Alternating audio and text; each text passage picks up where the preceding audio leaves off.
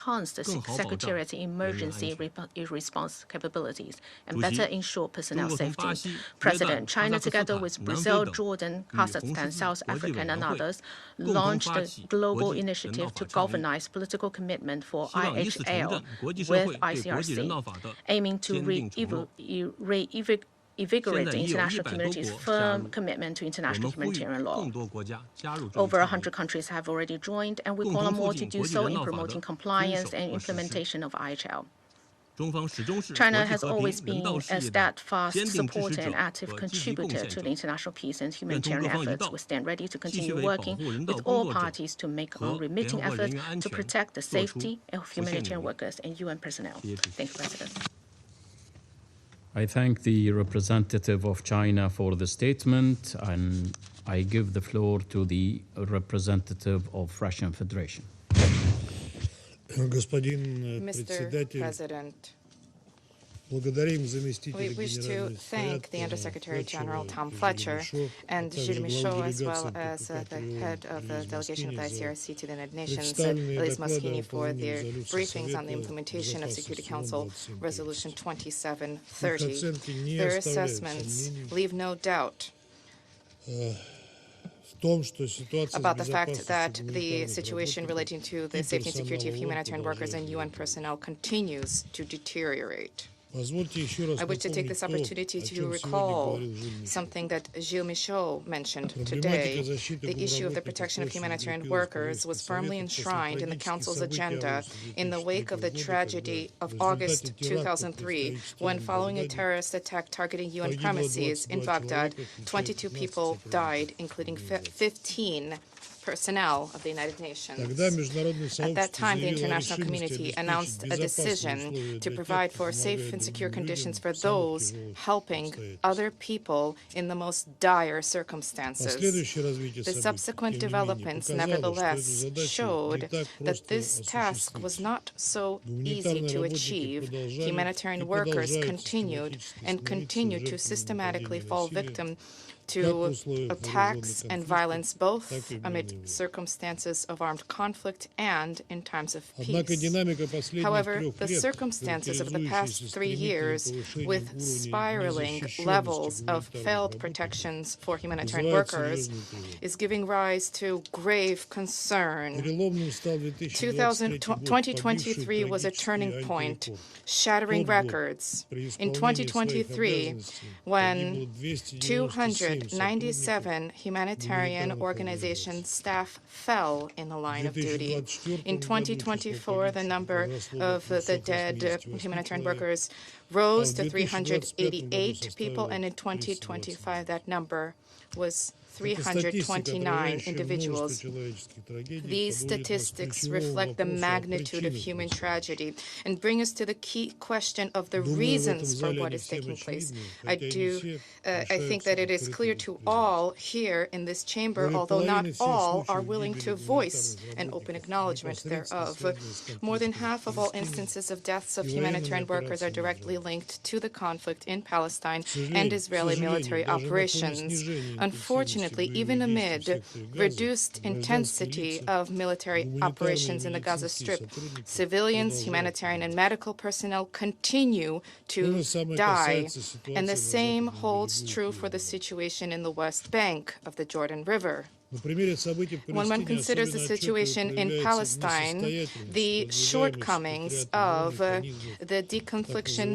so-called deconfliction mechanisms which are advanced by the Secretariat are starkly evident. Championed as an instrument for protection in practice, these mechanisms and notification systems are glaringly ineffective, not only failing to rise to the expectations pinned on them, but frequently they even backfire.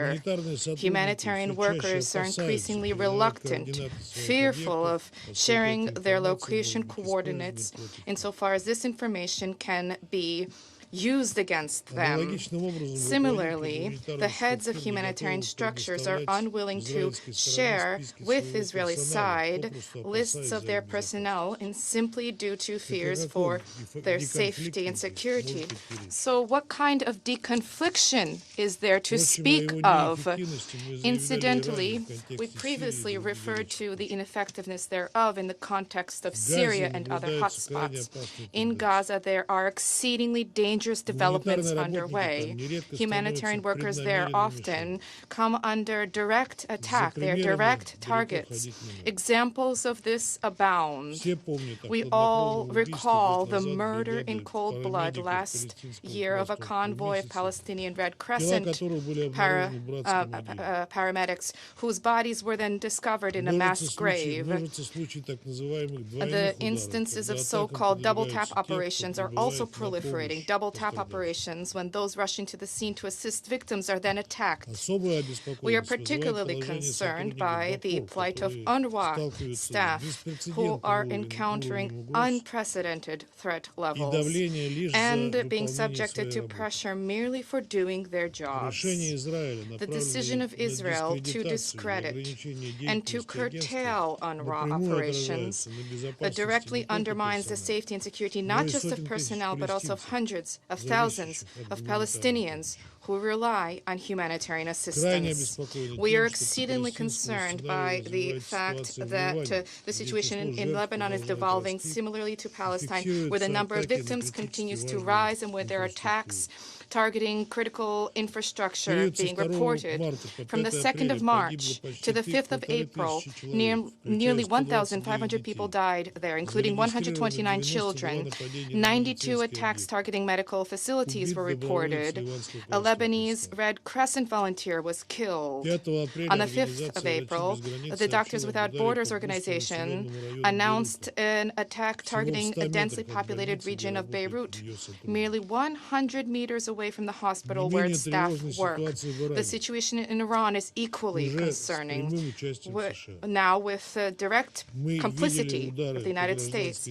We observed strikes targeting civilian infrastructure, including medical facilities, which inevitably resulted in growing numbers of civilian casualties and generated a direct threat to humanitarian personnel. There are already reports about damage to at least 316 medical facilities and demolition of humanitarian storage sites. More than 100 ambulances have been attacked. 24 rescue personnel were killed. The victims of this war include a 20-year-old volunteer, Abul Fazl Dakhanavi from the Iranian Red Crescent, who was killed 4 days ago when delivering humanitarian assistance to a victim. This is the 5th Iranian Red Crescent staff member who died since the start of this conflict.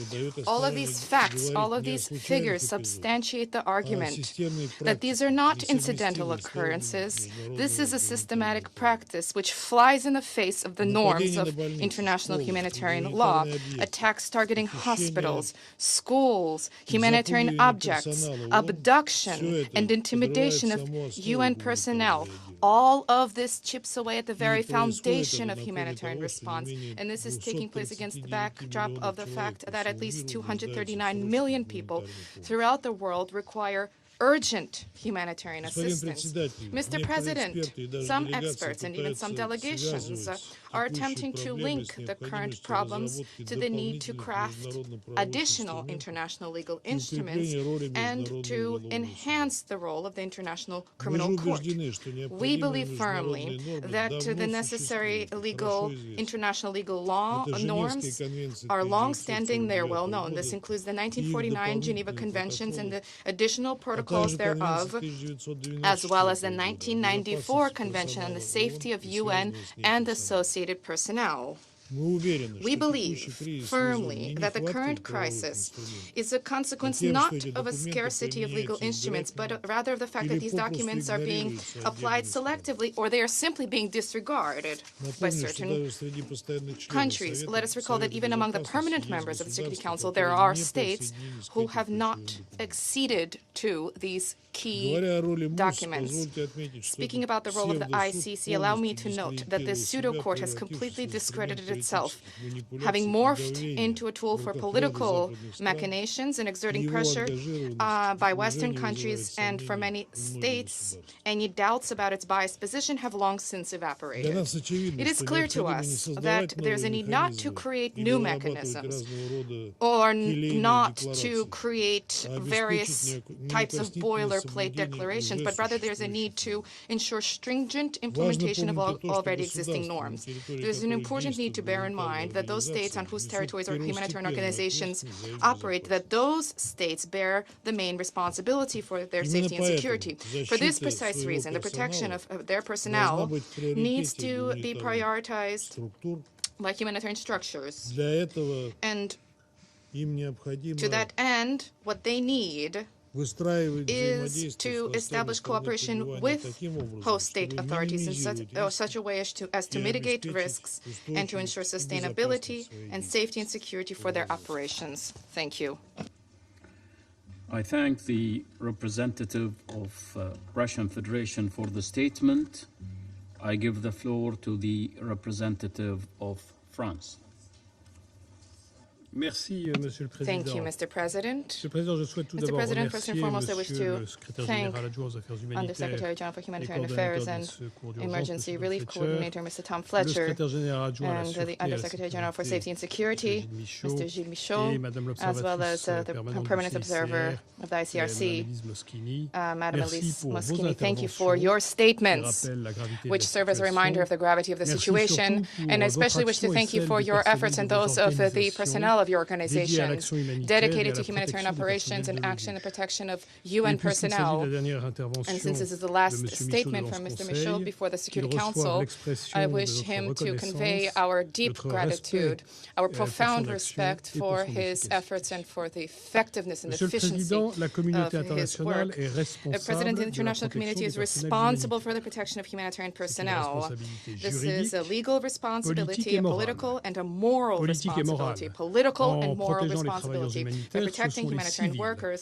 que nous cherchons à civilians épargner are those des who we affres de seek la to guerre. shield C'est from la the horrors of possibilité de war, la paix and it is a que nous possibility protégeons. of peace which we seek to Obligation protect. juridique. It is a legal En vertu des conventions de obligation Genève de pursuant to 1949 et de the leurs protocoles 1949 Geneva additionnels de Conventions and the 1977, 1977 additional tous les protocols États thereof, ont all l'obligation de states protéger les shoulder the personnels obligation to humanitaires et de protect humanitarian garantir personnel qu'ils puissent and to pleinement guarantee assister les that they personnes dans le can besoin. fully assist En vertu de people in l'article need 8 under Article du 8 statut de of the Rome, Rome Statute. les attaques à l'encontre des Attacks personnels targeting humanitaires humanitarian constituent personnel un crime de guerre constitute a dont les war auteurs crime peuvent whose et perpetrators doivent can être and traduits must en be justice. held accountable before the Aujourd'hui, judiciary. Today, les belligérants, que ce soit belligerents, des États, be they des states, groupes armés, be they armed des groupes groups, terroristes, terrorist des groups, gangs, sont alliés objectifs dans l'affaiblissement du droit international are humanitaire, clearly allies dans in la undermining brutalisation international humanitarian law, in the en prenant brutalization of pour the world cible par by système targeting les personnels systematically humanitaires. humanitarian personnel. Les trois intervenants de ce matin The ont three dit en speakers from termes this morning éloquents, c'est un stated système de eloquently that this destruction du reflects droit a system for qui destruction s'installe. of the law, which is Les being raisons sont established. multiples, The reasons are elles reviennent aux multi-pronged, mêmes, and la they boil guerre, down to the sans règle same bottom et sans line. merci. These are lawless wars Car and ceci va de ruthless pair avec wars, un autre insofar as this goes phénomène, hand in hand tout with aussi another inquiétant, phenomenon, tout aussi which is condamnable, equally le mépris de reprehensible plus and en plus alarming, systématique increasing des règles qui contempt protègent for les the rules civils which dans les protect conflits armés. civilians Les in armed deux conflict. vont ensemble. The two go hand in hand. En 2024, In plusieurs l'ont 2024, rappelé, as a number of 377 people mentioned, personnels humanitaires tués, 367 humanitarian workers were 295 en killed, 2025. 294 in 2025. La majorité l'ont été en Palestine, Most c'est were vrai, killed au in service des Palestine, that Nations is Unies, true, en serving under premier the banner of lieu the de United l'UNRWA, Nations, des first and ONG, foremost du UNRWA, mouvement international de la NGOs, Croix-Rouge as et well du as the Croissant Rouge. International Red Cross Le and Red mouvement Crescent se movement. poursuit en 2026 partout This dans le monde, horror continued comme in en atteste 2026 le throughout the world, décès as d'une has been travailleuse reflected in the humanitaire death of française French de humanitarian l'UNICEF parmi worker plusieurs of civils à UNICEF, Goma le 11 among mars, other celui civilians in de Goma on the 7 11th of personnels March, médicaux de the deaths l'hôpital of 7 medical Al-Jabraïa de Soudan personnel le 3 in avril, ou encore Jabalan celui d'un Hospital in personnel Sudan on soutenant 3 les April, as évacuations well as the médicales deaths de of personnel l'OMS supporting à Rafah le 6 avril. WHO medical La guerre en Ukraine, evacuations in Rafah où on les 6 forces April. russes The war in Ukraine, where the ciblent Russian forces are systematically les civils, targeting ainsi civilians, que les as infrastructures well civiles as telles que civilian les écoles ou infrastructure, les hôpitaux including ou les schools, infrastructures hospitals, d'énergie, energy relève du même infrastructure. phénomène This is part dont of the sont victimes same aussi les phenomenon personnels which is also humanitaires. victimizing Et la guerre humanitarian au personnel. Moyen-Orient, bien And the sûr, war in the aggrave Middle cette East, of tendance course, funeste, is avec des exacerbating dizaines this de travailleurs grim reality with humanitaires dozens of libanais et humanitarian iraniens tués Lebanese depuis le and 28 Iranian février, workers killed since the en plus des 28th of 3 February, casques in bleus addition to the indonésiens 3 de la FINUR. Indonesian La France UNIFIL rend Blue hommage helmets. à l'ensemble de ces France pays personnels tués et tribute to blessés, all ainsi qu'aux milliers personnel de who have been travailleurs killed and humanitaires wounded, qui, as well as malgré the les thousands risques, of y humanitarian workers compris who, d'arrestation et the de risks détention, notwithstanding, including restent risks of fidèles arrest and à leur detention, mission. continue to remain Monsieur le Président, face à un faithful tel to their phénomène, mission. ce In Conseil light et of ses this membres doivent phenomenon, the agir pour Council and protéger les membership personnes thereof humanitaires et civiles. must act to protect Il est civilian and possible et humanitarian nécessaire personnel. d'agir sous plusieurs formes. Action can take Premièrement, il numerous importe que ce forms. Conseil, First and qui a foremost, there's a adopté need for la the Council, which résolution adopted 2730, Resolution veille au 2730, respect for de the ses Council propres to décisions. see to the Cela passe enforcement of d'abord its par la own dénonciation des resolutions. This violations et includes des auteurs denunciations of dans les violations and expressions du perpetrators Conseil. in Council Nous devons également expressions. We also travailler have a duty à to garantir, work à to apporter des garanties aux personnels guarantee that there be humanitaires dans les guarantees of résolutions humanitarian du personnel Conseil. in Security Il nous revient Council resolutions. enfin de chercher And des mécanismes concrets there need to be pour assurer de tangible façon mechanisms permanente, to objective ensure et objective, exhaustive permanent, and le exhaustive, suivi des comprehensive violations follow-up du VIH when it comes partout to dans le monde. violations of IHL throughout Par ailleurs, il the world. importe que les Moreover, États there's a need agissent de for concert states to act pour traduire en collaboratively justice les in auteurs order de to tels crimes. hold perpetrators La accountable France appelle à la of these crimes. ratification France par tous recalls de la Convention de 1994 recalls sur the la need for sécurité all du to ratify personnel the des Nations Unies et des 1994 personnels Convention on associés, Safety of ainsi UN que and son associated protocole personnel, facultatif as well de as the 2005. 2005 Elle optional appelle les protocol. membres du Conseil We à call faire upon preuve the members of the d'exemplarité à Council cet égard. to De même, serve as an la example Cour in this pénale regard. Likewise, internationale the International Criminal constitue un Court instrument important à is la an disposition important des États et de tool ce at Conseil pour the poursuivre en disposal justice of les states and criminels the de Council guerre to et mettre address, to durablement un hold terme perpetrators à de accountable telles exactions. and to eradicate these La atrocities défense de and ces bring them personnels to doit an end. s'inscrire dans une A défense plus defense of these générale du droit international individuals needs to humanitaire dovetail dont with ce a broader Conseil se defense of porte garant. international Nous law, which réitérons the notre Council appel à serves ce as a que tous guarantor. les We wish to États recall se once joignent again à the need for l'initiative states mondiale to sur le all droit join international the global humanitaire lancée initiative par le on CICR IHL, aux which côtés was de 6 launched États, dont by la the France, dont la ICRC Chine, alongside 6 et qui states, trace une France, voie including France and opérationnelle China, which pour is charting an s'assurer operational que les path droits des towards civils, y ensuring compris that des personnels the rights humanitaires, of sont civilians and pleinement humanitarian workers are respectés en temps fully de guerre. Je vous respected in remercie. times of war. Thank you. I thank the representative of France for the statement. I give the floor to the representative of Denmark. Thank you, Mr. President. And I also thank Undersecretary General Fletcher, Undersecretary General Michaud, and as well as the permanent observer of the ICRC for their detailed briefings on this topic, one which lies at the very heart of this Council's work and responsibility. I also welcome the permanent representative of Switzerland to this meeting. Mr. President, as we've just heard, attacks against the UN and humanitarian personnel are on the rise, whether by bullet, bomb, or drone. Such assaults are a criminal affront to each of us as members of the United Nations, and in particular to this Council. Since the adoption of this resolution 2 years ago, we have continued to witness staggering levels of violence against UN and humanitarian personnel from Haiti to Ukraine and the Democratic Republic of Congo. Over the past 12 months alone, we have seen the bombing of multiple WFP humanitarian convoys and medical facilities in Sudan. In December, we also witnessed the lethal drone attacks on UNISFA logistics base in Kadugli. In Lebanon, dozens of humanitarian personnel and first responders have been killed amid the ongoing hostilities between Israel and Hezbollah. The WHO have reported so far that 53 health workers have been killed, 137 injured, and 16 hospitals damaged, a likely undercount. Only last week, this Council met urgently to address the deaths of 3 peacekeepers in the country's south. Denmark condemns all attacks directed at civilians and civilians' infrastructure, including first responders and healthcare personnel, in line with Resolution 2286. In Gaza, multiple violations of the October 2025 ceasefire continue to be reported. Dozens of aid workers have been killed in the occupied Palestinian territory over the last year. Obstruction of UN and humanitarian personnel persists as humanitarian actors are being prohibited in saving lives through denied access. Emerging technologies such as automated weapon systems, drones, and AI-enabled decision support tools represent new challenges and potential tools to ensuring the protection of UN and humanitarian personnel in accordance with international humanitarian law. This must also be factored into our discussions. Mr. President, against this backdrop, I wish to make 3 points. First, as we've said before, tolerance signals acceptance. In the absence of clear and consistent condemnations, we effectively set the price paid by the perpetrators for such attacks at 0. Systematic condemnations from this Council are a crucial first step towards reversing this trend, as we heard this morning also from Undersecretary General Michaud. Second, these attacks are not only carried out by militias or non-state armed groups, they are also perpetrated by state actors, by members of this organization. This reality must not only prompt serious discussion, but also action towards ensuring compliance and holding perpetrators accountable. Third, member states can and should make better use of existing tools to uphold international law and ensure accountability, whether through this Council, including its sanctions regimes, or where this body is deadlocked through the General Assembly, as well as national initiatives such as the exercise of universal jurisdiction. Only when perpetrators face real consequences and when member states take genuine action will we begin to deter such behavior.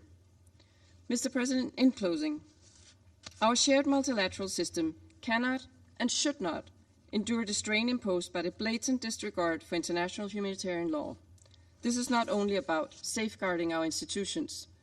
It is about protecting the best of us, the UN and humanitarian personnel who stand in the front lines day in and day out, delivering aid and saving lives. Only by acting together towards this objective can we fulfill the vision of Resolution 2730. I thank you. I thank the representative of Denmark for the statement. I give the floor to the representative of the United Kingdom. Thank you, Mr. President. I thank Under-Secretaries General Fletcher and Michaud and Ms. Moschini for their briefings. Thank you for your focus on protection, integrity and accountability, for your focus on moral clarity and courage, and for your focus on humanity in war. And we stand with you in honouring your colleagues who have lost their lives. In conflict and crises around the world, humanitarian and UN personnel are often the first to arrive and the last to leave, risking their lives to save others. 2024 was the deadliest year on record, with 383 aid workers killed. In 2025, over 320 were killed. And already in 2026, the devastation continues, with aid workers killed across the Middle East, the DRC, and Sudan. This cannot continue. The United Kingdom was proud to co-sponsor Resolution 2730 in May 2024. We hoped it would mark a turning point. Instead, threats to humanitarian personnel have intensified. We must act urgently. Resolution 2730 must be implemented fully without delay. In all humanitarian crises, local personnel bear the greatest risk. In Yemen, local humanitarian personnel remain arbitrarily detained. We reiterate calls for their immediate and unconditional release.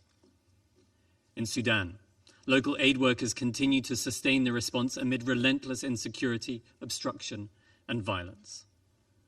And in Gaza, the overwhelming majority of the more than 589 aid workers killed since the 7th of October 2023 were local staff, including 391 UNRWA staff. Behind every aid worker killed is a family and a community left grieving. President, implementation of Resolution 2730 requires sustained investment in practical protection to keep humanitarian workers safe. This includes civil-military coordination, robust security and duty of care, and consistent support to frontline agencies. The UK supports global platforms such as INSO, the Global Interagency Security Forum, and the Aid Workers Security Database, alongside our support to frontline agencies, and we urge others to do the same. We must also address emerging risks. The growing use of uncrewed aerial systems by those not acting within the confines of international humanitarian law is making fragile environments even more dangerous. This has had fatal consequences in the DRC, Sudan, and Ukraine. Disinformation further erodes trust and shrinks humanitarian space. We must call out disinformation and counter false narratives that endanger those delivering life-saving assistance.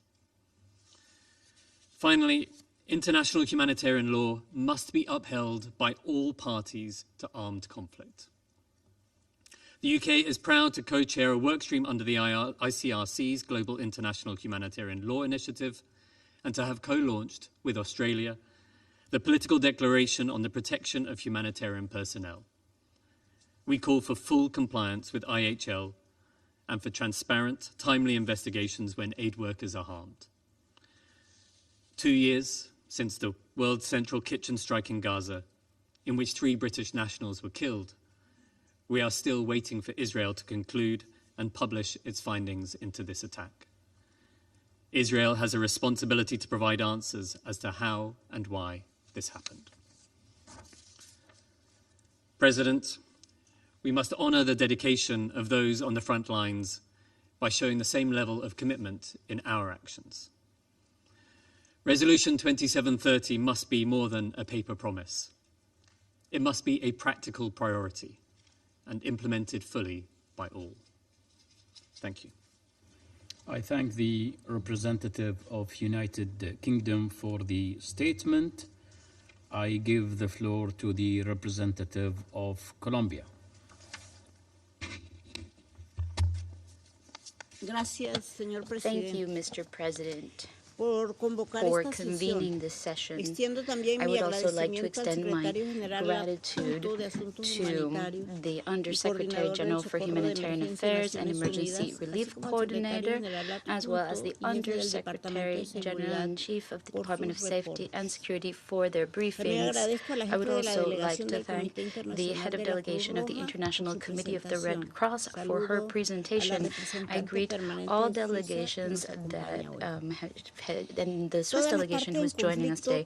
All parties in conflict have the absolute obligation to respect and ensure that IHL is observed. This includes the safety of those who are providing humanitarian assistance.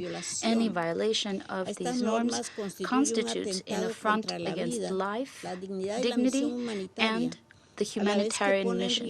It also puts at risk those who depend on this critical aid to survive in the midst of conflict. Despite the fact that the norms are clear, armed actors continue to violate international humanitarian law. 2 years after the adoption of Resolution 2730, Colombia deeply regrets the persistence of a pattern of systemic violence and deliberate and indiscriminate aggressions against the civilian population. This includes the humanitarian personnel as well as UN personnel. Just in 2025, over 560 attacks against humanitarian workers were reported. Current trends in conflicts worsen this situation even further. The indiscriminate use of explosive devices in highly populated areas and the proliferation of low-cost technologies are significantly increasing threats, not just against the civilian population, but also against humanitarian facilities and critical civilian infrastructure. These dynamics generate operational contexts that are increasingly unsafe and complex for humanitarian action. In this context, allow me to refer to 3 aspects that require our attention. First, We must address the spread of disinformation, misinformation, and hate speech against humanitarian organizations and UN staff, as well as attempts to criminalize humanitarian assistance.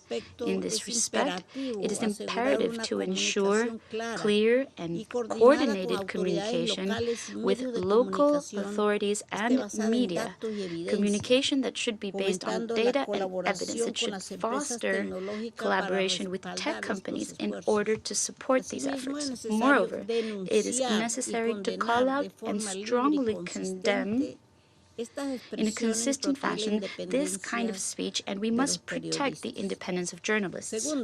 Second, national and local personnel are the backbone of humanitarian action. Nevertheless, they face the greatest risks.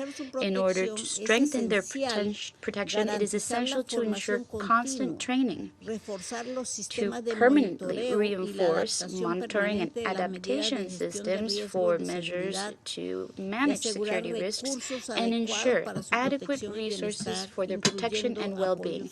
This includes psychosocial support. Likewise, it is crucial to promote an approach that equitably distributes risk and to make sure that it has adequate and sustained financing. On this point, it is vital to recognize the differentiated risks that women experience in humanitarian action. Gender-based violence and limitations to access workspaces that are safe are not just violations of their fundamental rights. They directly affect the capacity of humanitarian operations to respond to the needs of our populations, in particular women and girls. It is necessary to ensure that we have safe, inclusive spaces that are free from discrimination for our female humanitarian staff. Third, we cannot continue to accept impunity in the face of attacks against UN and humanitarian personnel. There must be no ambiguity about this.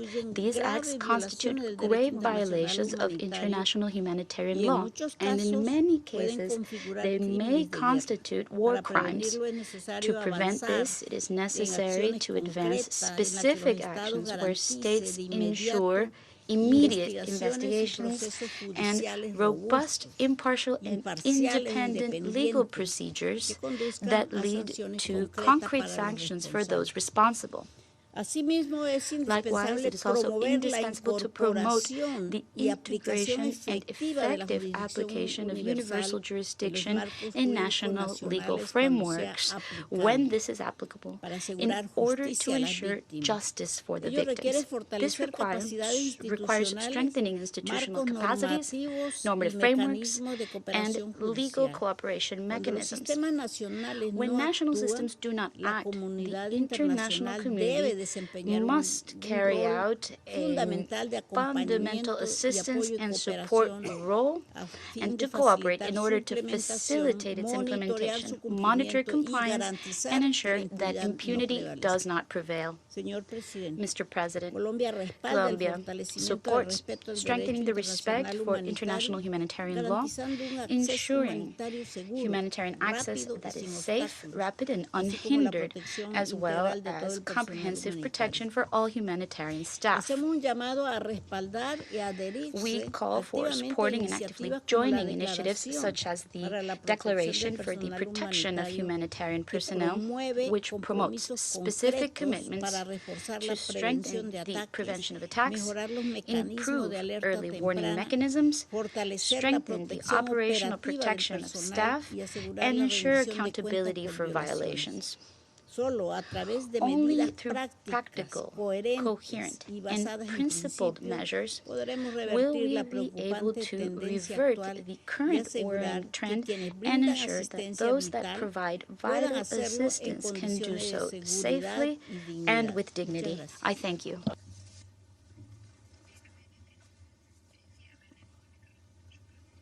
I thank the representative of Colombia for the statement.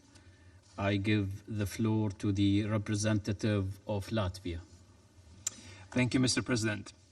At the outset, I would like to thank Bahrain for convening this meeting on Resolution 2730, a matter of significant importance that warrants the Council's close consideration. We also welcome the participation of Switzerland, which led the work on the Resolution 2730 in this Council 2 years ago. Latvia was proud to co-sponsor together with many other UN member states. I also thank USG Fletcher and USG Michaud, as well as the permanent observer, Ms. Moschini of ICRC, for their informative briefings. Latvia commends the efforts of local and international organizations, UN personnel, assistance providers, and humanitarian workers who continue to risk their lives in the most dangerous environments. Local and national humanitarian workers, those closest to affected communities, face disproportionate risk. We see this pattern across the globe. In South Sudan, an MSF hospital in Lankien was struck, forcing life-saving services to cease. In Ukraine, the Russian Federation continues with targeted attacks on clearly marked humanitarian convoys, from World Food Programme in October 2025 to local humanitarian workers last month. In Gaza, humanitarian workers continue to risk their lives to help Palestinian civilians under extremely difficult conditions. Mr. President, accountability is important. As state involvement in armed conflicts increases, the responsibility of ceasing these attacks rests largely with UN member states. Violations of international humanitarian law must not go unpunished. When a military attacks a humanitarian convoy because it was supposedly transporting weapons, the proof must meet international standards. When the attacked ambulance was allegedly hiding combatants, not horse the combat, the state must grant access to international monitoring so that this claim can be verified. To uphold accountability, we must support effective investigations, name and sanction those responsible, and prevent impunity from further endangering international and local humanitarians. Often, threats to humanitarian personnel are fueled by hate speech, disinformation, and information manipulation campaigns, frequently propelled by algorithms on online platforms. Unverified accusations of militarized or compromised humanitarian aid workers have put countless volunteers at risk. States cannot justify their blatant violations or interpret their obligations contrary to established international humanitarian law by hiding behind disinformation. If we want the UN to function effectively, we must ensure that the UN personnel are able to operate safely. Mr. President, technology is playing an increasingly visible role in shaping the environment in which humanitarian personnel operate. Proliferation of use of drones in conflict leads to new security risks. The incident with a UNICEF staff member killed in Goma in March clearly illustrates this reality. Technology is becoming cheaper and more accessible also to non-state groups.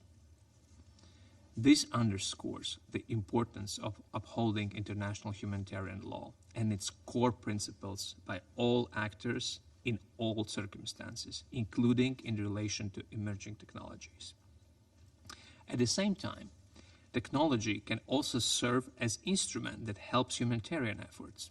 Such tools as UNDP Rapid Digital Assessment can help to speed up action and make humanitarian support more efficient.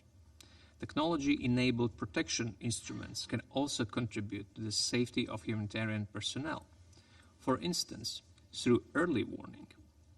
Therefore, we must adapt our approach to protection of humanitarian personnel in a way that addresses the emergent risks, but also takes advantage of new technological developments. Mr. President, I conclude by reiterating Latvia's firm and unwavering commitment to the Declaration for the Protection of Humanitarian Personnel. We will continue to advocate for the safety of humanitarian personnel, both within and outside the UN system, and for the perpetrators to be brought to justice. I thank you. I thank the representative of Latvia for the statement. I give the floor to the representative of Liberia. Thank you, Mr. President. Today's briefings did more than inform this Council. They gave voice to the lives that too often disappear behind our expressions of grief, outrage, and condemnation.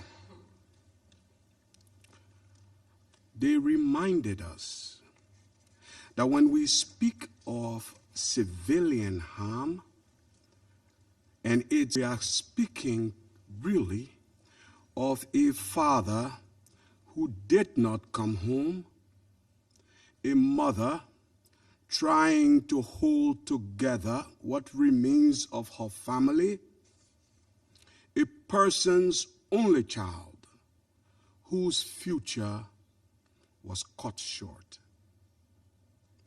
We are speaking of families who watched a loved one leave home to help bring peace to a troubled region under the United Nations protective flag, and who now wait anxiously for a return that is no longer assured.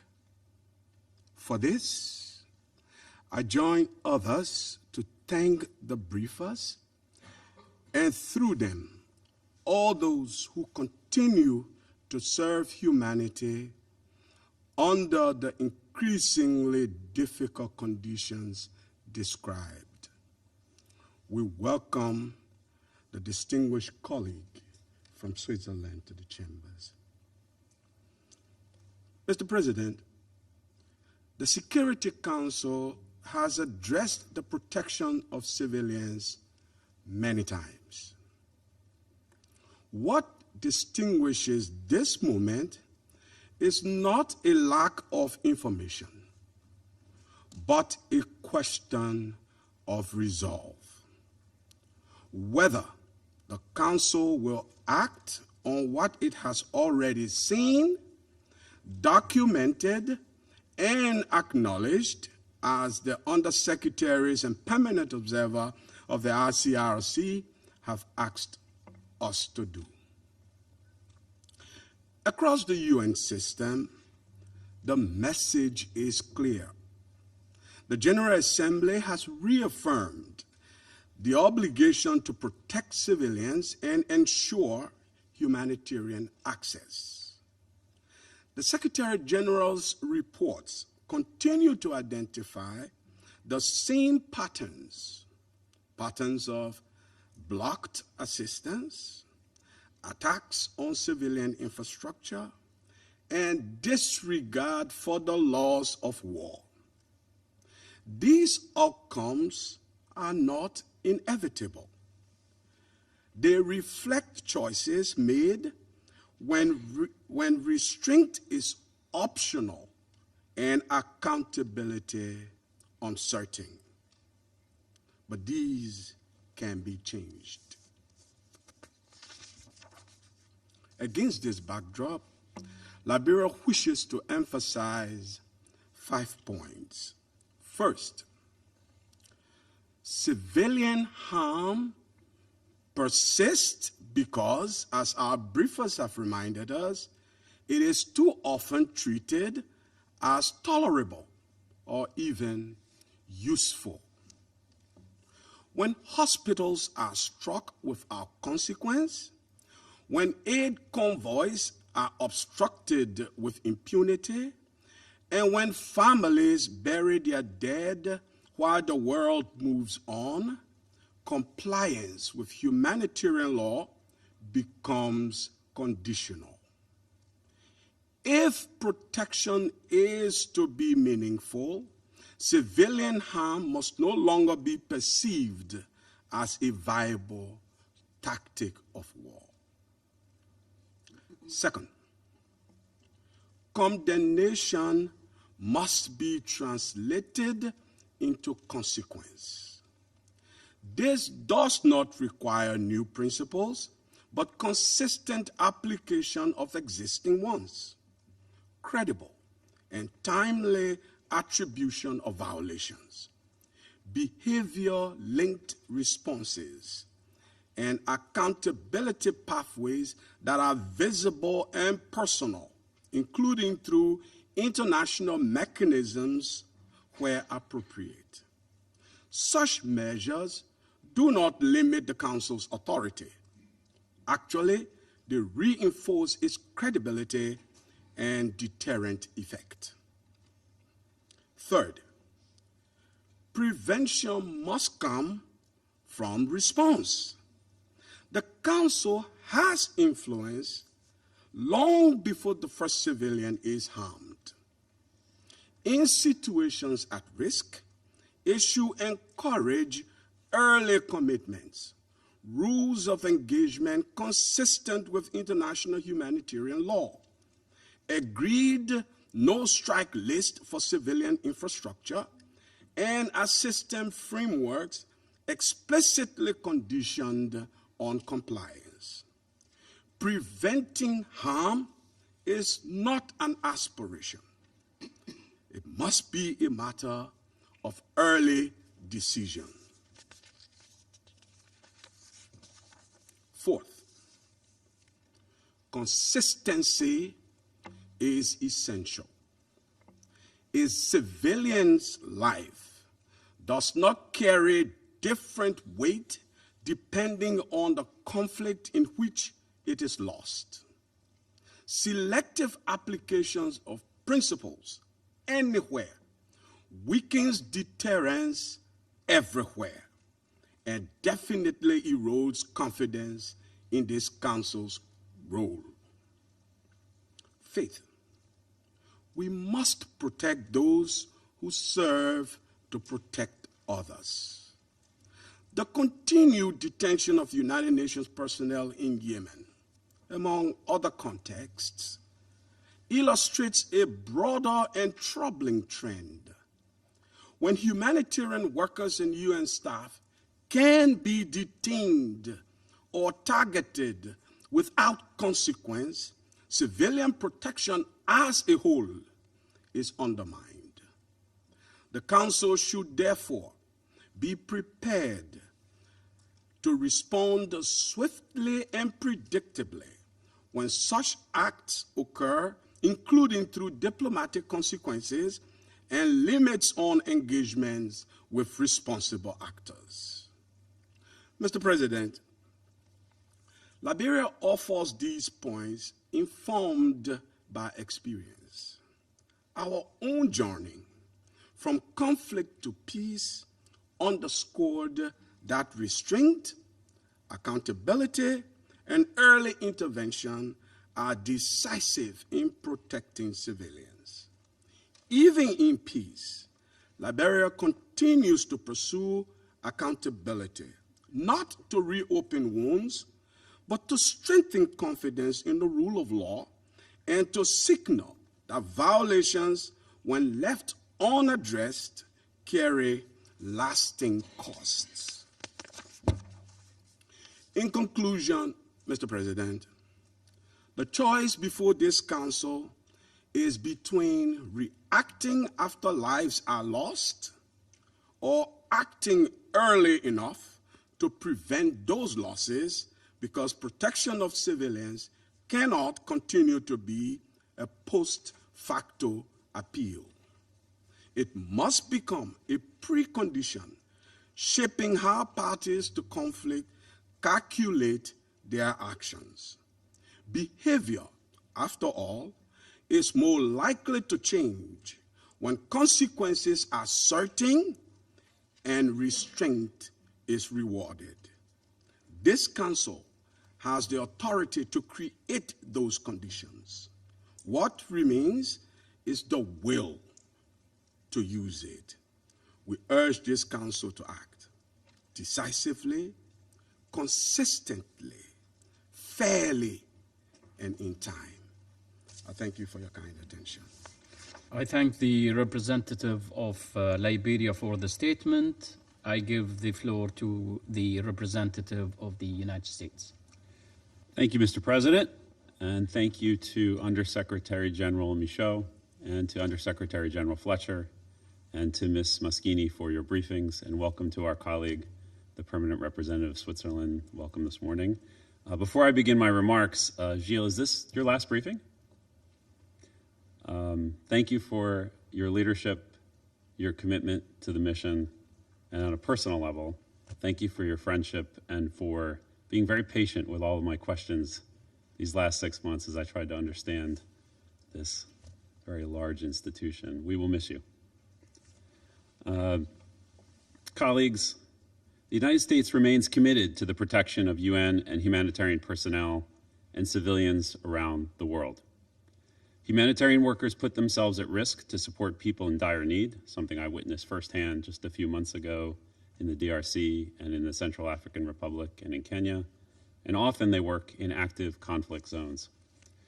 Resolution 2730 demands that all parties to conflict comply with their obligations under international humanitarian law, including their obligations related to the respect and protection of humanitarian personnel.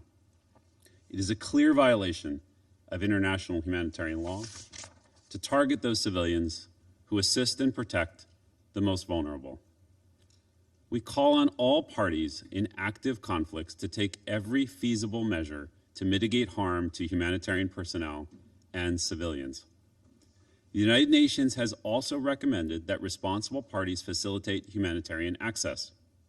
The United States is working around the world as part of President Trump's peacemaking efforts to ensure humanitarians have access to do their life-saving work, from Gaza to Sudan to Ukraine and beyond. Despite our efforts and those of our many partners, significant gaps remain and aid workers continue to be targeted by malicious actors. Unsurprisingly, U.S. adversaries who have little respect for international law or human dignity are frequently the perpetrators of violence against humanitarian workers.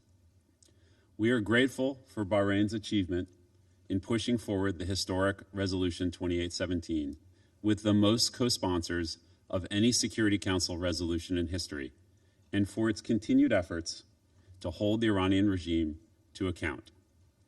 Iran's deliberate targeting of civilians in the Gulf region demonstrates a lack of respect for international humanitarian law and is at odds with principles of international peace and security.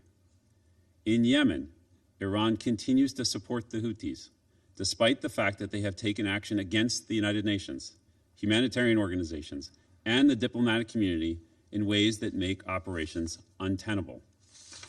The Houthis continue to hold over 70 UN staff and at least 20 U.S. locally engaged staff, and have refused recent meetings with the UN to discuss their fate. The Houthis demonstrate nothing but contempt for the UN's humanitarian mission, in line with their broader violent conduct for which the United States designated them as a foreign terrorist organization and specially designated global terrorist. Guided by Security Council Resolution 2803, we underscore that all parties must protect civilians and humanitarian personnel integral to implementing the President's comprehensive peace plan for Gaza and creating a stable and prosperous Middle East. In Sudan, the United States calls on the warring parties to immediately end the violence and cease all attacks on civilians and civilian infrastructure, including hospitals and health facilities. Hospitals have been destroyed, cutting off life-saving services for hundreds of vulnerable civilians who are already facing acute malnutrition. The killing of civilians, including children, health workers, and humanitarian staff, is simply deplorable. Every day of continued fighting is costing more innocent lives. This needs to end now. The same threats persist towards humanitarian workers in South Sudan, which remains one of the most dangerous places in the world for aid workers, with a disturbing escalation of targeted attacks on medical and humanitarian operations. In February, Aerial bombardment and looting damaged 2 health facilities that together served an estimated 250,000 people, cutting them off from essential life-saving health services. Between January 30th and February 1st, 2026, armed actors looted approximately 1,500 metric tons of food aid, depriving already vulnerable communities of critical assistance. In addition to disregarding international humanitarian law, these actions have disrespected Council Resolutions 2730 and 2286. On March 11th, a reported drone strike in Eastern Democratic Republic of the Congo killed UNICEF staff member Karine Bissay, along with other civilians, adding to the tragic loss of life that continues to impact countless civilians. We urge DRC, Rwanda, and M23 to uphold protection of UN and humanitarian personnel and for full humanitarian access to Eastern DRC. As we reflect on the impact these crises have on communities, we call on UN member states to adhere to their obligations under international humanitarian law to protect humanitarian workers and civilians in armed conflicts. Thank you. I thank the representative of United States for the statement. I give the floor to the representative of Greece. Thank you, Mr. President.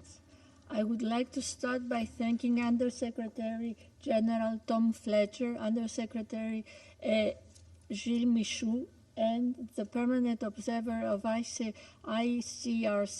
Ms. Elise Nicole Moschini,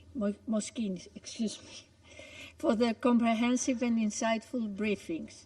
I would like also to welcome the permanent representative of Switzerland to this meeting.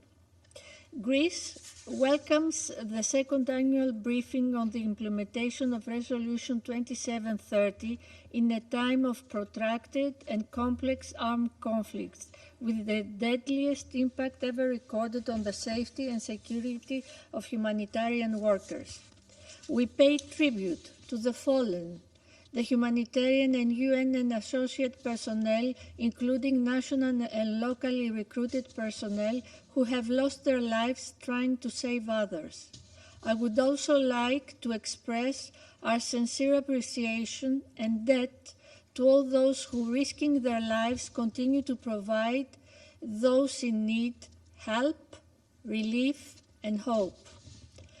27 years ago, in 1999, briefing the Security Council, former ICRC President Cornelius Omaruga spoke of 20 active conflicts. Today, more than 130 conflicts are recorded by ICRC worldwide in parts of Africa, the Middle East, Europe, Asia, and Latin America. In 2025, as was reported by USG Fletcher, 326 humanitarian and UN and associated personnel lost their lives in conflicts across the world. Against this alarming backdrop, allow me to underline the following points. First, we strongly condemn the increased attacks against humanitarian and UN and associated personnel, including national and locally recruited personnel. All parties to armed conflicts must comply with their obligations under international humanitarian law. This compliance includes the respect for the safety and security of the aforementioned personnel and for safe and effective humanitarian operations, including the facilitation of safe, rapid, and unhindered passage of humanitarian assistance. Let's not forget, Gaza remains by far the deadliest place for humanitarian workers. Sudan, South Sudan. Only last week, 3 humanitarian workers were killed in Lebanon. Secondly, accountability must become the norm, not the exception. Attacks against humanitarian workers must not go unpunished. Concerned states, authorities must conduct full, transparent, and effective investigations into allegations of attacks against humanitarian workers and to prosecute those responsible.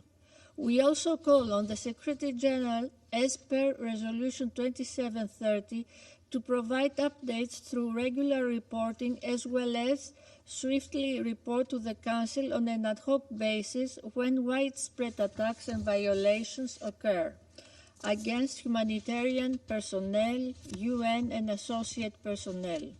Thirdly, the confidence of civilians in humanitarian action must be enhanced. Greece stresses the need to confront the threat of misinformation, disinformation, and hate speech against humanitarian and United Nations organizations and to protect civilians from false narratives that threaten their access to humanitarian assistance. Digital innovation can be a valuable tool in the effort to enable security risk management and respond to risks. Fourthly, humanitarian operations in high-risk contexts must be safeguarded. Peacekeeping and political missions must be enabled to effectively reach people in need. The Security Council must ensure that operational and security capacities on the ground are strengthened by incorporating safety and security requirements into all the mandates it issues. Mr. President, it is our firm conviction that the challenge does not lie in the lack of appropriate legal framework, but in the increasing lack of respect for humanitarian law and its principles. In this regard, Greece joined the global initiative to galvanize political commitment to international humanitarian law launched by the ICRC to address the erosion of respect for international humanitarian law and endorsed the Declaration for the Protection of Humanitarian Personnel initiated by Australia. Resolution 2730 sends a powerful message of the moral imperative to reverse the terrifying trend of mounting humanitarian workers' casualties and of the need to have the operational agility to protect them. We, as members of the Security Council, have to ensure that humanitarian workers fulfill their duty in safety and dignity, and with the protection they deserve. I thank you. I thank the representative of Greece for the statement. I give the floor to the representative of Pakistan. Thank you, Mr. President. I thank USG Tom Fletcher, USG Jill Michaud, and Permanent Observer of OICRC, Elise Nicole Moschini, for their complimentary and most valuable briefings encompassing the various dimensions of this subject.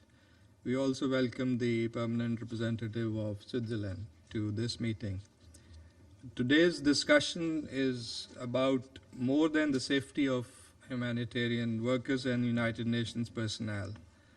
It is about whether the international community is prepared to defend those who stand between civilians and catastrophes.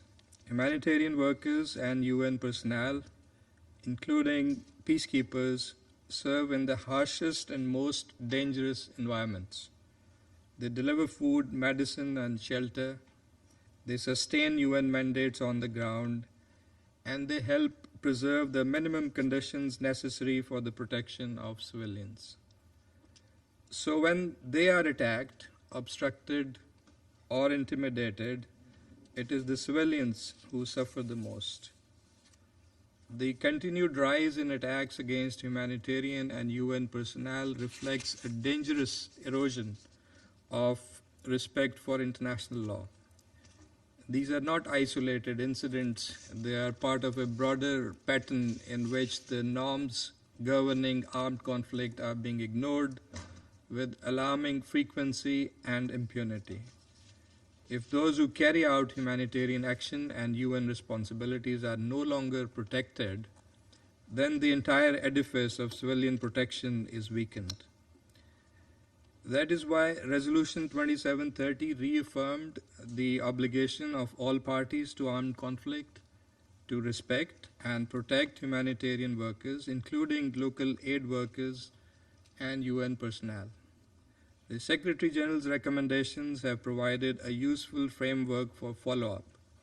What is needed now is implementation with seriousness, urgency, and consistency. Allow me to make the following points in this regard. First, the starting point must be the implementation of international humanitarian law. Humanitarian workers and UN personnel, including peacekeepers, must be respected and protected in all circumstances. Second, accountability must be strengthened. Impunity only invites repetition. And when such attacks are not met with consequences, the result is predictable. Violations increase and risks deepen. Investigations must therefore be prompt, impartial, transparent, and effective. Perpetrators must be identified and held accountable.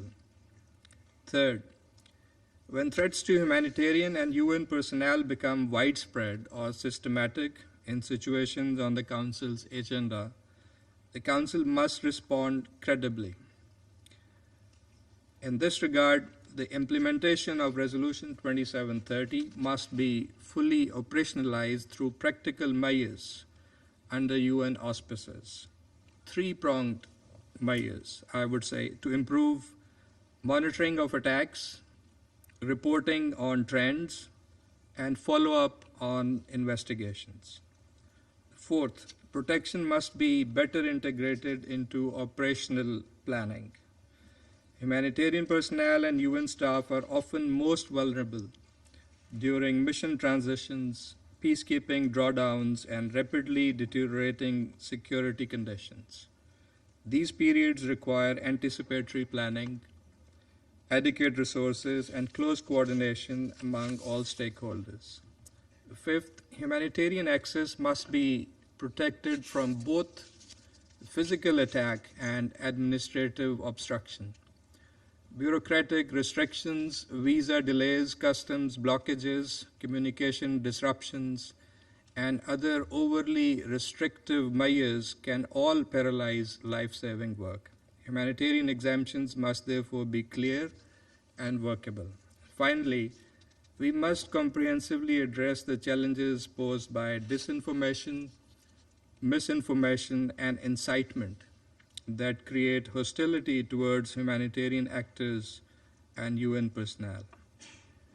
President, it goes without saying that the impact of all the above actions and many of the pertinent proposals and ideas put forward by colleagues around the table will be reinforced if this Council could do better on conflict prevention and resolution, and mediation, and early action, as the Ambassador of Liberia emphasized, and all for promoting peaceful settlement of disputes in accordance with the UN Charter.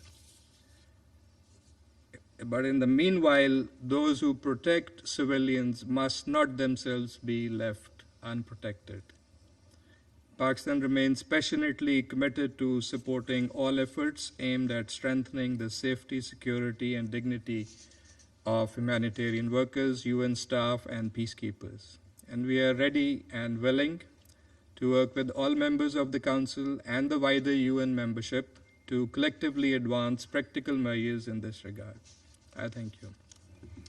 I thank the representative of Pakistan for the statement. I give the floor to the representative of Panama.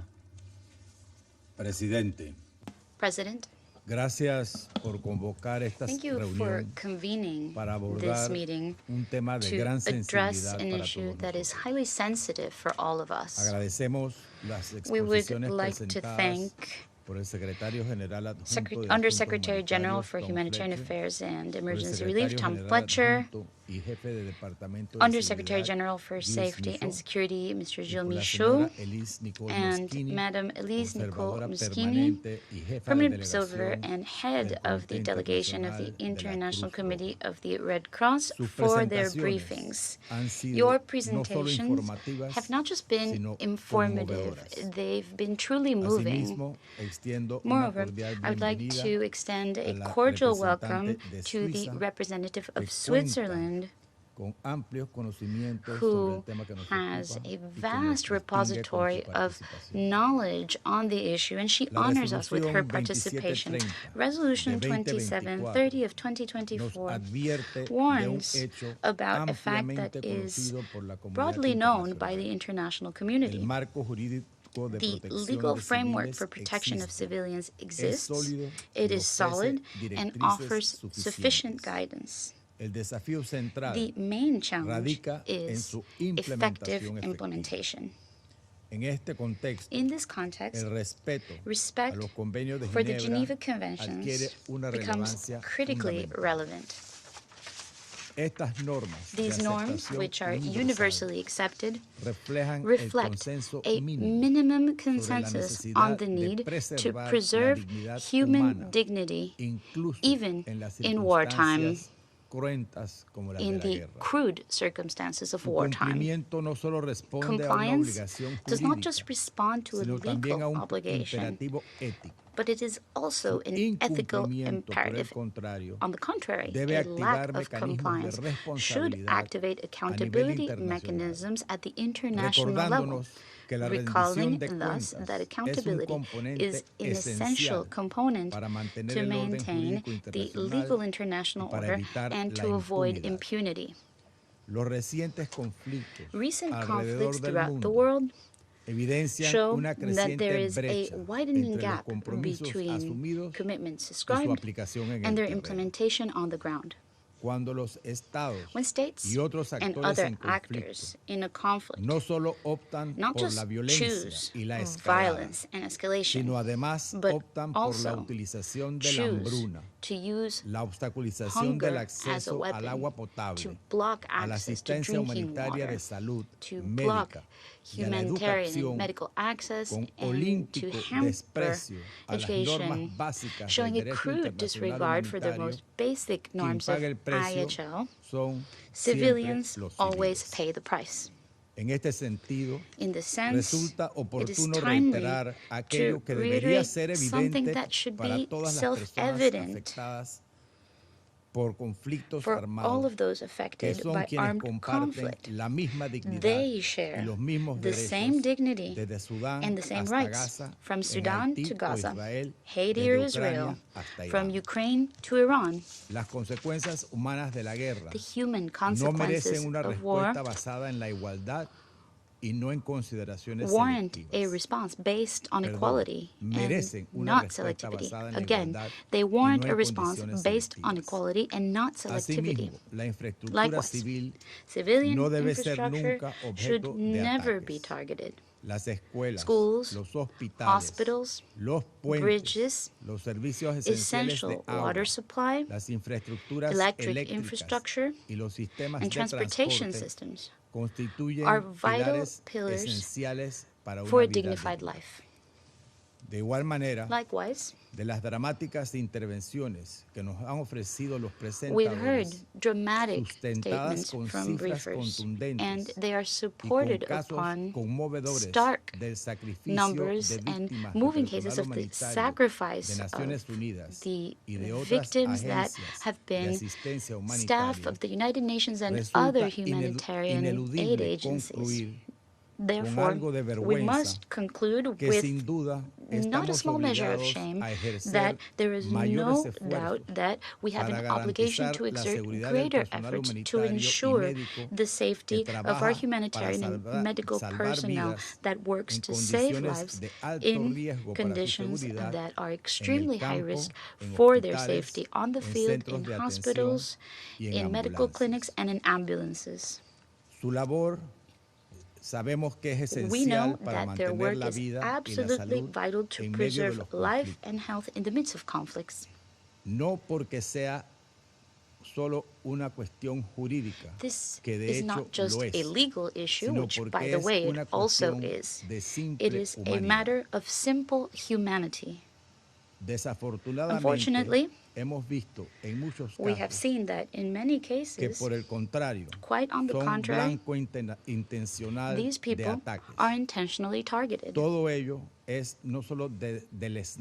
And all of this is not just brutal, but it should also carry serious consequences. Sailors, the crews of commercial vessels, they are also members of the civilian population. And in conflict, they run the risk of being caught in the middle of a war or to being affected in serious ways, as we are now seeing in the Strait of Hormuz. Ensuring their safety is therefore an integral part of our responsibility. The most effective way to protect the civilian population is to avoid war altogether, to abstain from special operations or military excursions that only feed conflicts. Local tensions should also not be instrumentalized to advance economic or geopolitical interests, and above all, dialogue and diplomacy must always prevail and must always be renewed. As long as force is used, no norm or treaty, no convention will be able to avoid that the civilian population somehow suffers from the consequences of war. Mr. President, advancing the protection of civilians demands a renewed commitment to consistency, responsibility, and the absolute respect for international law. Its implementation in armed conflicts is not optional, nor is it an abstract aspiration. It is a clear, unavoidable, and universal obligation. Only through constant observance and by complying with international provisions will it be possible to close the gap between norms and reality, to strengthen the credibility of the international system as a whole. I thank you. I thank the representative of Panama for the statement. I shall now make a statement in my capacity as a representative of Bahrain. أصحاب السعادة. Excellencies, at the outset, I would like to express my sincere thanks and appreciation to Mr. Tom Fletcher, Under Secretary General for Humanitarian Affairs and Emergency Relief Coordinator, and Mr. Jill Michaud, Under Secretary General for United Nations Safety and Security, and Mrs. Elise Moschini, Permanent Observer of the ICRC to the United Nations, for their valuable and important briefings. I would also like to welcome the Permanent Representative of Switzerland in our meeting today. Nearly 2 years have passed since the Security Council adopted Resolution 2730, which the Kingdom of Bahrain co-sponsored at the time together with 97 other countries. The resolution affirms that any attack against humanitarian workers and United Nations personnel constitutes an attack against humanity. Yet, in 2026, we continue to witness serious threats that affect and even claim the lives of humanitarian personnel. These include incidents impacting the World Food Programme in Sudan and South Sudan, in addition to the killing of several UNRWA staff in Gaza and peacekeepers in Lebanon.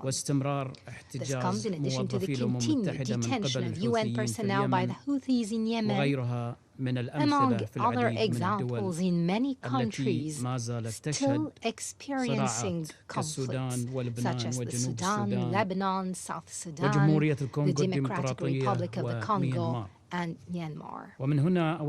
In this context, I would like today to focus on 3 main points. First, يؤكد قرار مجلس الأمن Security رقم Council Resolution 2730 على أهمية 2730 الحماية underscores the القانونية importance of legal للعاملين protection for الإنسانيين humanitarian workers وموظفي الأمم المتحدة. and United Nations personnel. ورغم وضوح هذا الإطار However, despite the فإن clarity of فعاليته this تبقى framework, مرهونة its بالتزام effectiveness جميع remains أطراف dependent النزاعات. on the commitment of all ففي parties to المناطق التي conflict تسيطر عليها in الجماعات areas المسلحة controlled by armed groups والتنظيمات الإرهابية. and terrorist organizations. يظل التزام The الأطراف adherence المعنية of conflict بالصراعات parties to بالمبادئ the الأساسية fundamental principles للقانون of الدولي international الإنساني humanitarian law وبأحكام and the ميثاق الأمم provisions المتحدة of the UN شكلية Charter often remains قائما في superficial, الغالب على الورق just ink on دون paper, ترجمة without فعلية actual على أرض implementation on the ground. حيث لا يزال As a العاملون result, humanitarian workers continue to face direct and persistent threats. ثانيا Secondly, تشكل التقنيات الناشئة emerging technologies, منها الطائرات المسيرة including drones, تهديدات pose threats للعاملين في to المجال humanitarian الإنساني workers. وقد تعرقل They مهامهم may even وعملياتهم obstruct their missions and مما يستدعي من operations. المجتمع This الدولي requires the international تطوير آليات community to جديدة develop new mechanisms لحماية to العاملين في protect المجال الإنساني humanitarian personnel بشكل in a متناسب manner مع commensurate التحديات with القائمة current and والمستقبلية. future challenges. وتشكل المعلومات المضللة بشكل عام More تهديدا broadly, this كبيرا information لسلامة represents a العاملين في significant threat العمليات to the safety الإنسانية of humanitarian والأممية and UN مما operations. يستدعي منع ومعالجة This انتشارها requires كما ورد في the التوصيات prevention المتضمنة of their في spread, رسالة as الأمين العام highlighted in the Secretary General's recommendations S/2024/852. فقد أفاد بأن Indeed, he stressed that 76% of السلام في peacekeepers عام 2025 reported أفادوا in بأن 2025 المعلومات الأولية that المضللة أثرت this information had affected their وقد يساء safety. استخدام الذكاء Artificial الاصطناعي intelligence may لتسهيل also be انتشار misused to المعلومات facilitate the المضللة. spread of such disinformation.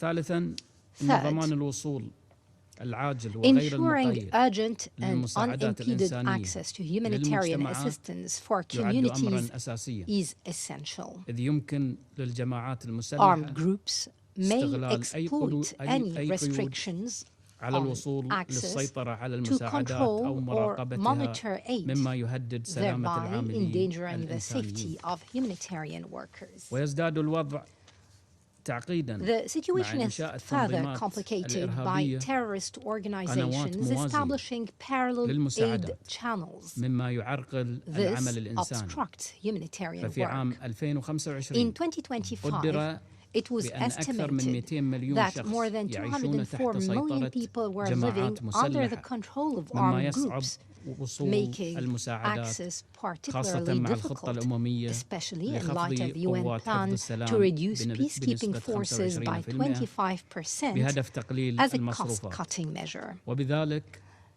نتوقع This ارتفاع التهديدات مستقبلا. leads us to لذلك anticipate an نؤكد increase in على threats in the ضرورة future. العمل على ضمان Therefore, we stress the وصول need to المساعدات ensure the الإنسانية urgent للمجتمعات and safe المتضررة delivery of humanitarian بشكل assistance عاجل to وآمن. affected communities. ولا يخفى عليكم It's known أن to all الاعتداءات that العدوانية الإيرانية الآثمة the غير المسؤولة aggressive, وغير unresponsible, المبررة and التي unjustified تعرضت لها بلادي Iranian ودول attacks مجلس against my التعاون country لدول الخليج and العربية the countries والأردن of the منذ GCC, in 28 addition من to Jordan, فبراير since the 28th of ضد February, وكذلك ضد دول as well المنطقة as في other مخالفة countries صريحة in the region, in a لقرار clear مجلس violation الأمن of Security Council Resolution 2817 قد 2817, أثرت على جهود has impacted على the جهود efforts إغاثية في مناطق to عديدة provide في العالم. aid and assistance in وفي so many الختام parts of the world. تثمن In مملكة البحرين conclusion, the Kingdom of الجهود Bahrain والمساهمات commends الدولية the international فيما efforts يخص and دعم العمليات contributions in الإنسانية support of humanitarian وصون المبادئ operations and the الإنسانية preservation of وذلك humanitarian بما principles يتوافق مع in القانون accordance الدولي with الإنساني international وميثاق humanitarian الأمم law المتحدة. and the Charter of the United Nations. Thank you. I resume my function as a president of the Council. I give the floor to the representative of Switzerland. Merci, Monsieur le Président, et je vous remercie de l'honneur de nous avoir associés à cette réunion d'importance cruciale. Et je me joins aux remerciements au secrétaire général adjoint Fletcher et à la chef de délégation du CICR, non seulement pour leur déclaration très claire, mais aussi pour leur travail courageux avec leurs équipes sur le terrain. With her teams on the ground, and I especially wish to thank Mr. Michaud as he concludes his mandate.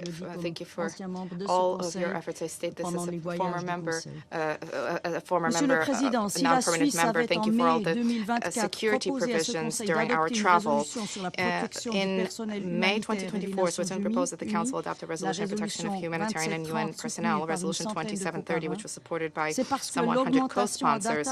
This was because of the increase in attacks against those tasked with protecting the civilian population in conflict situation. Already 2 years ago, this situation was alarming, and when 6 months later, in November of 2024, the Secretary General presented his recommendations on the subject, more than 100 states, as well as humanitarian organizations, reaffirmed their political conviction, which can be summed up in a very clear statement, namely, wars have rules and civilians are not a target. It is in this spirit that the Declaration on the Protection of Humanitarian Personnel was also launched, and there's a need to reiterate this to counter misinformation. Civilian infrastructure, it is prohibited to target civilian objects such as hospitals and civilian infrastructure. Humanitarian convoys must be able to move safely, and humanitarian and UN personnel, including those recruited locally, must be respected and protected always under all circumstances. While the situation was alarming 2 years ago, this reality on the ground today is nothing short of catastrophic. We have heard the figures, and the events of the last month alone attest to this. UNICEF workers killed in Goma, infrastructure targeted in Ukraine and Gaza, dozens of health workers killed in Lebanon, recurrent attacks targeting UNIFIL, which claimed the lives of 3 blue helmets. We condemn all of these attacks, regardless of where they occur, regardless of the perpetrators. The rules of international humanitarian apply equally to all. And our heartfelt thoughts Malgré les dangers croissants, travailleuses et travailleurs humanitaires et onusiens continuent d'apporter au quotidien et souvent dans les circonstances les plus difficiles une assistance vitale aux populations vulnérables, faisant preuve d'un courage, d'un engagement et d'une résilience qui forcent notre courage. Mais notre admiration ne suffit pas. La multiplication des attaques contre le personnel humanitaire et onusien a des conséquences néfastes, nous l'avons entendu. Elle sape l'ensemble du système de protection des civils This undermines the entire system for the protection of civilians and conveys the dangerous message that humanitarian workers have become acceptable targets. Thereby, this undermines our humanity.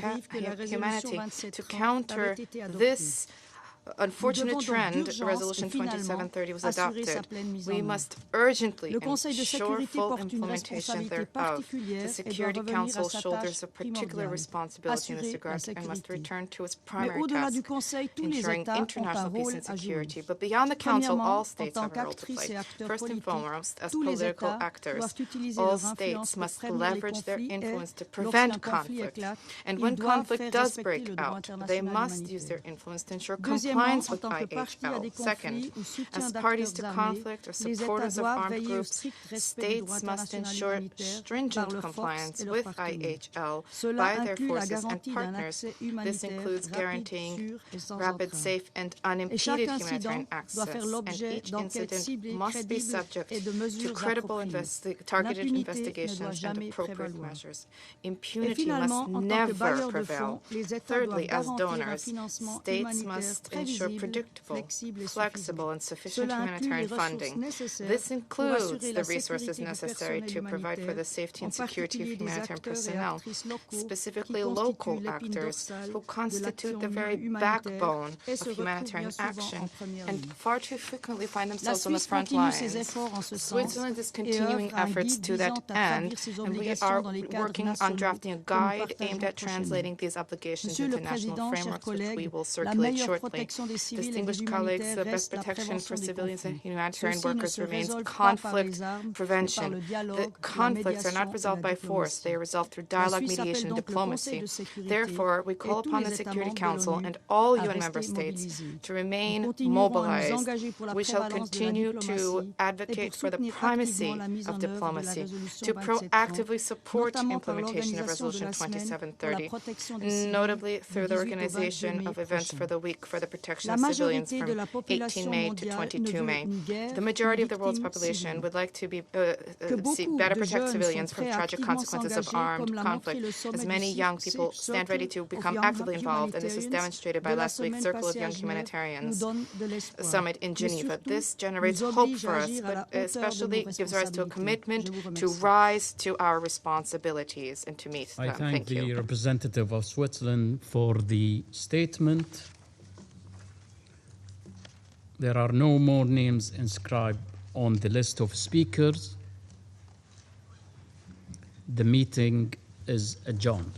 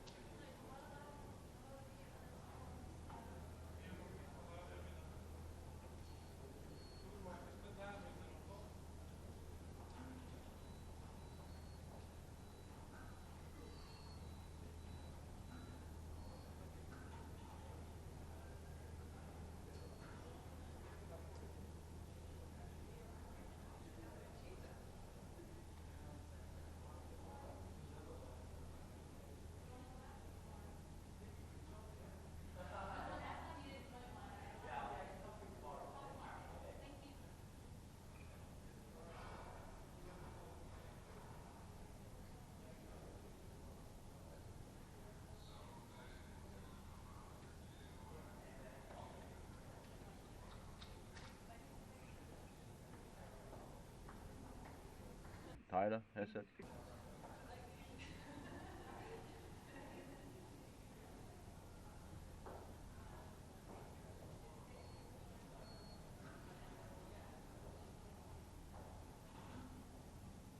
Tyler Hassett.